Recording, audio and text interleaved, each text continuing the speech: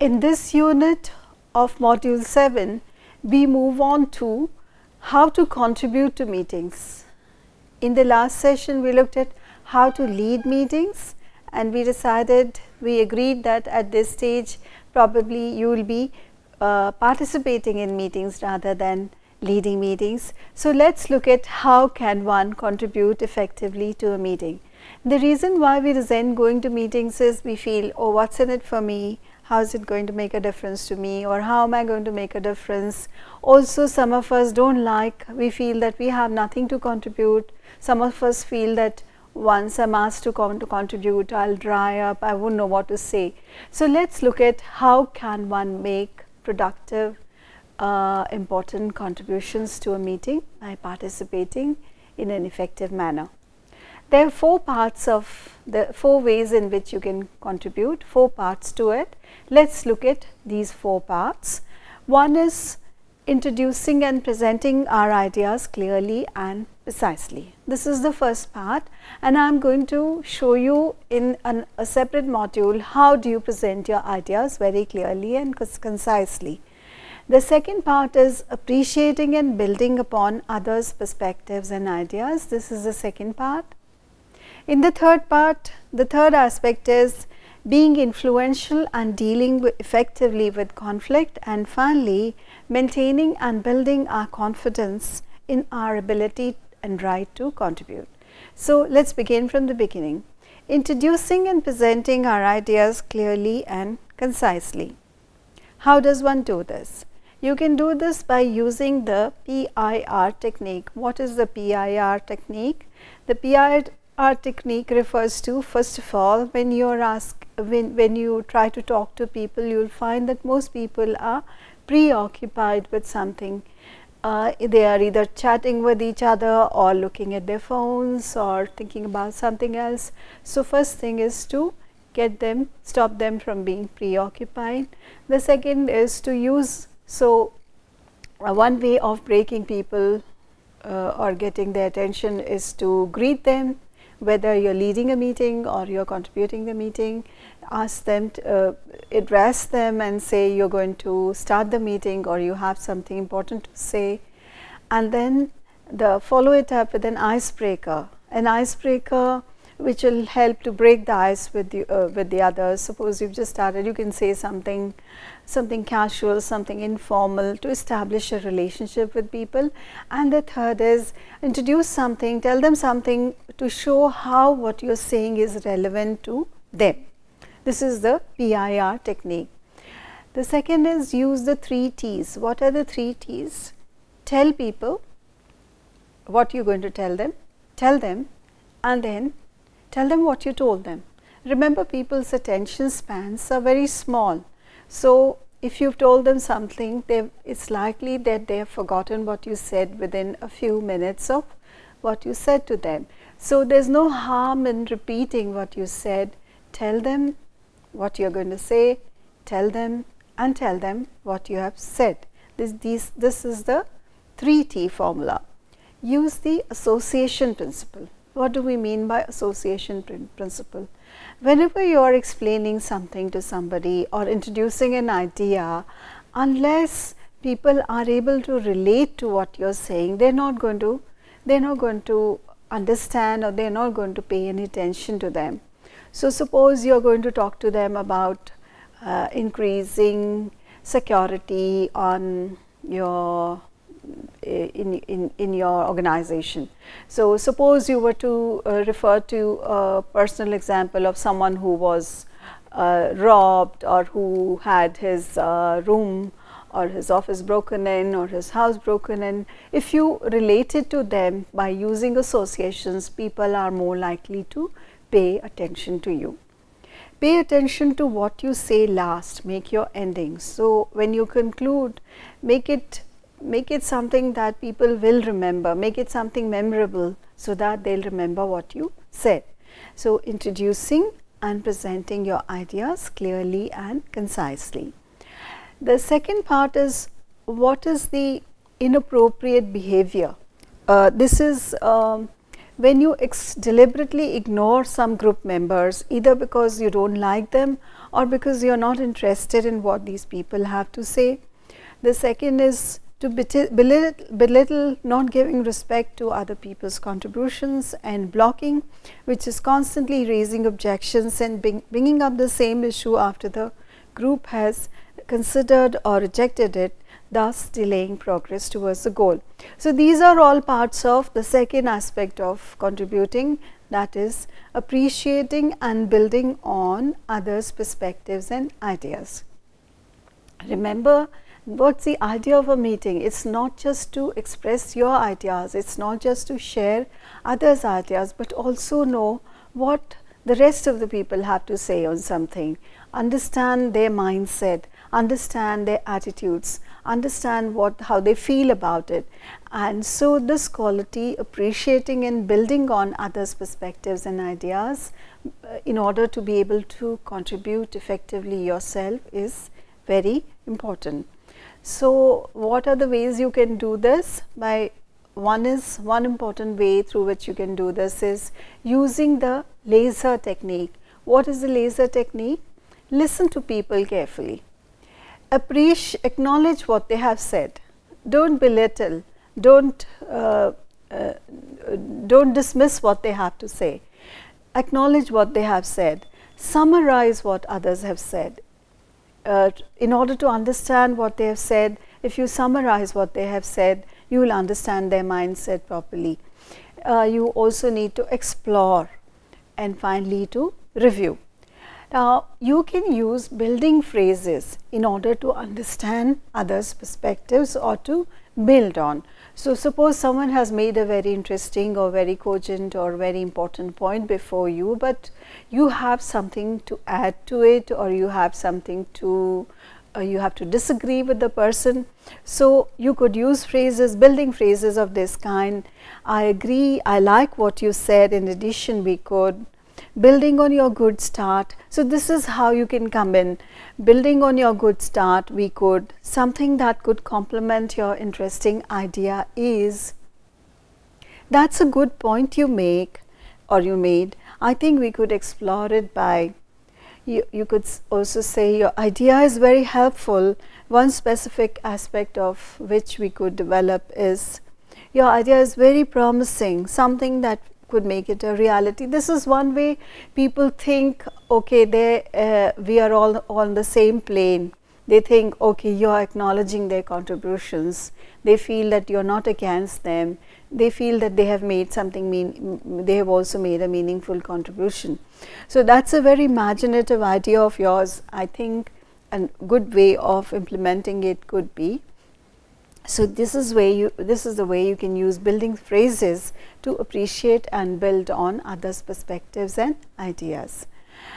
Another way of appreciating and building on others' perspectives and ideas is to identify the other person's mindset. Now, if we are listening to other people, we need to understand where they are coming from. What is their mindset? In order to appreciate what they are saying, we also need to know where they come from, what attitude do they bring to the meeting. So, we have different kind of people, and you have to decide what is the mindset of this person, so that you can appreciate and build on what they are saying. So, there are people who think of a very big picture, there are people who like detail, people who personally identify with issues, those who keep things at arm's length, people that look to future goals and challenges, those who look to avoiding mistakes and crisis situations, people that can act on their own internal values, people that like to check out the worth of things by gaining feedback from people that like to identify and play around with options and ideas, people that like to narrow things down and think in terms of specific processes and methods. So, there are also people that like to look for similarities. Then there is a last group of people who like to look for difference. So, first you decide what is the person's mindset, so that you can build on that perspective and add to it. So, suppose there is a person who thinks of big picture. There are people who say, what's the overall message here?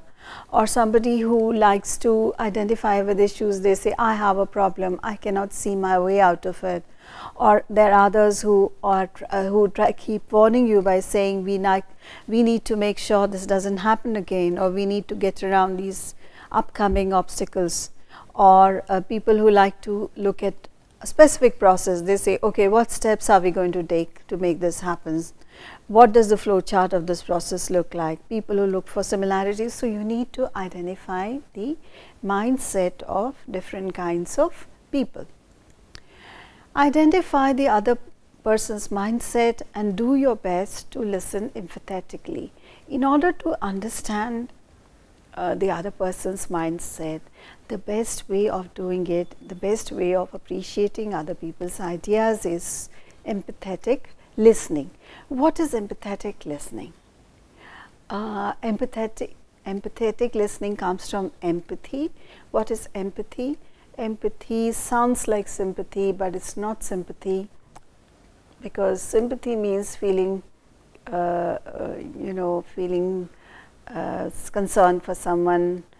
But empathy is different. It means you put yourself in the place of the other person and try to think by putting yourself in their shoes, by understanding their way of thinking. Only then you are able to understand what their problem with something is. So in addition to listening to people, you must also immerse yourself in their words, thoughts and imagery, and stop thinking about your own agenda and what you might want to say in response. If you do this, your inner concentration on what is being said will shine through to your outward behavior, and those attending the meeting will see you as an excellent listener. This will encourage people to talk to you, so making it easier for you to identify the differing views around the table. Also, when the time comes for you to make your own contributions, people will be more than happy to listen to you because you listen to them. The other part of it is now the third part. We come to the third part of how one can contribute effectively to a meeting. In the third part, we look at how can one be influential and deal effectively with conflict. As I said earlier, real meetings are not ideal situations. Real meetings are places which are shows of power, which are ego, which are demonstrations of domination and control and authority and rivalry and jealousy and competition and so on, and also conflict. Now, conflict should not be regarded as something unhealthy, because not recognizing conflict is more unhealthy, because it would be very unnatural if there would be no conflict between a group of people. A group of people are bound to have conflicts with one another, and the way of dealing with conflict is not to deny the presence of conflict and pretend that everything is okay. The way of dealing with conflict is the way of recognizing conflict and dealing with conflict is to find a way of getting people who are conflicting or to resolve conflicts. So there are two kinds of conflicts. One kind of conflict is a hot conflict.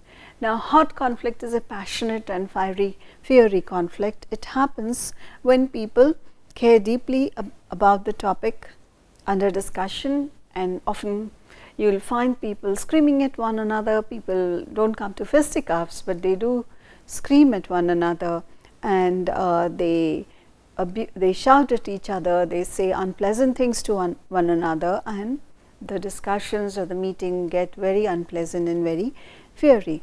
But there is another kind of conflict, which is cold conflict, and cold conflict, mind you, is even more dangerous than hot conflict, because cold conflict is detached and icy. People don't, even though they are in a position of conflict with one another, they don't state it openly. They don't, they remain very civil, they are very cold and icy.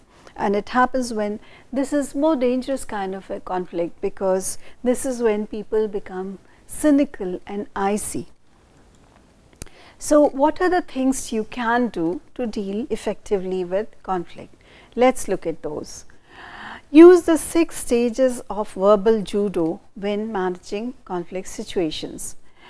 Ask for, first of all, ask for people's cooperation.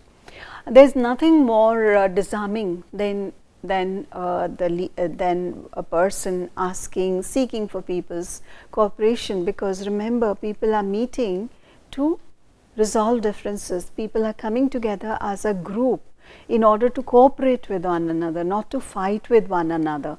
So begin by seeking their cooperation. Explain why we need to get their cooperation. Show them the objectives. Tell them the background and the context of the situation, and tell them why they need to cooperate in order to come to a resolution. Acknowledge people's reactions and summarize their position. As we discussed the laser technique, it can be used. Don't wish away or don't dismiss people's reaction.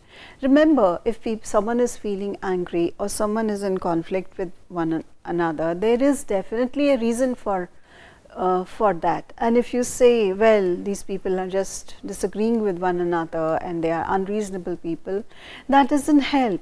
Instead of that, you must try to recognize why are they feeling the way they are feeling.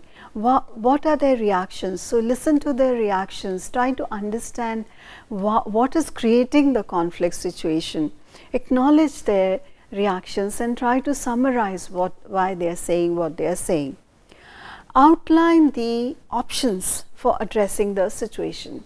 So if there is a conflict situation, you can describe the most favored options first, then the least favored, and then finish by summarizing the most favored options again. So this way, even if people have a conflict, and if you tell them that, look, one has to choose between one of the various options available to them, then people are more likely to find a way of resolving their conflict.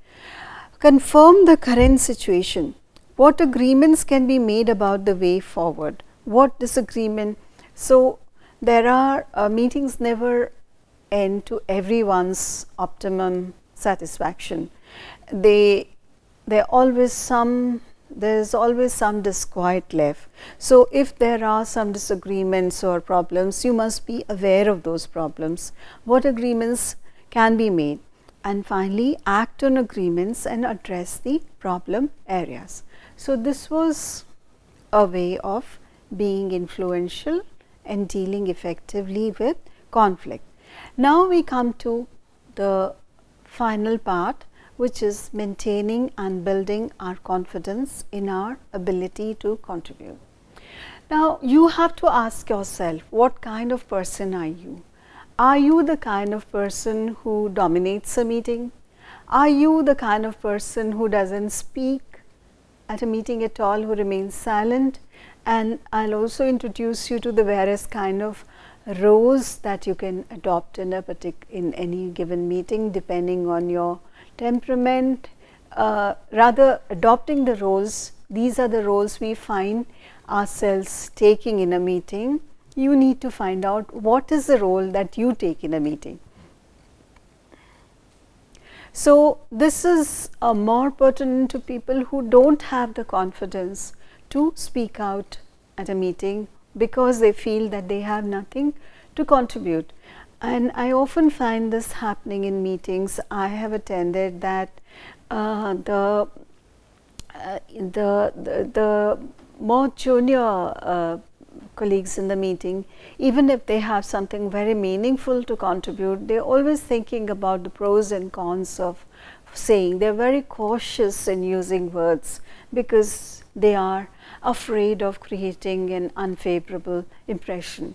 So they choose the option of not saying anything at all, and even when they are asked to contribute, they are very guarded. They say things very carefully, and they usually sit on the fence.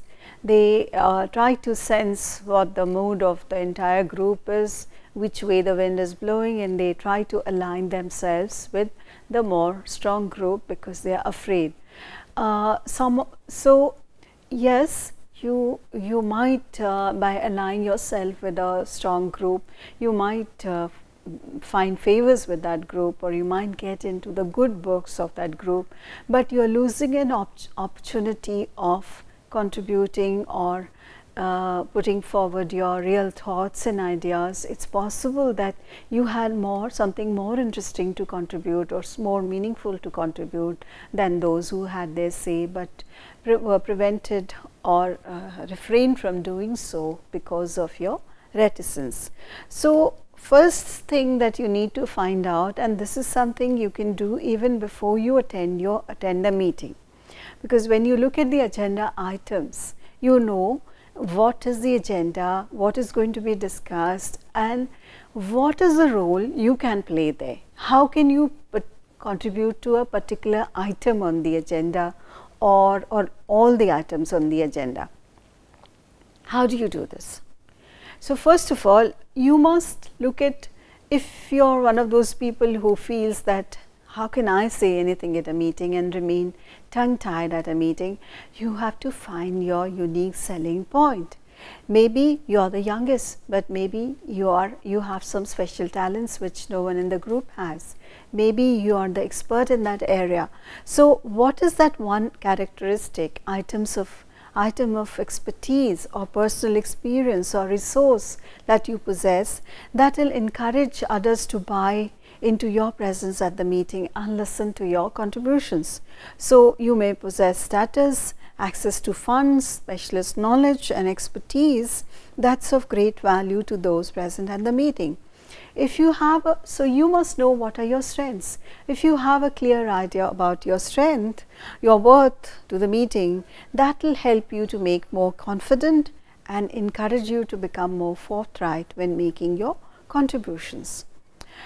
The second thing you need to know when you are maintaining and building your confidence in your ability to contribute is methodically and specifically disputing negative beliefs and assumptions. So this comes from a very poor self-image or thinking of the consequences. Many of us are diffident because we don't want to take responsibility. We are afraid of the consequences of what we say and what we do, how would it be interpreted, and so what you need to do is, what specific evidence can you find to dispute the negative beliefs troubling you?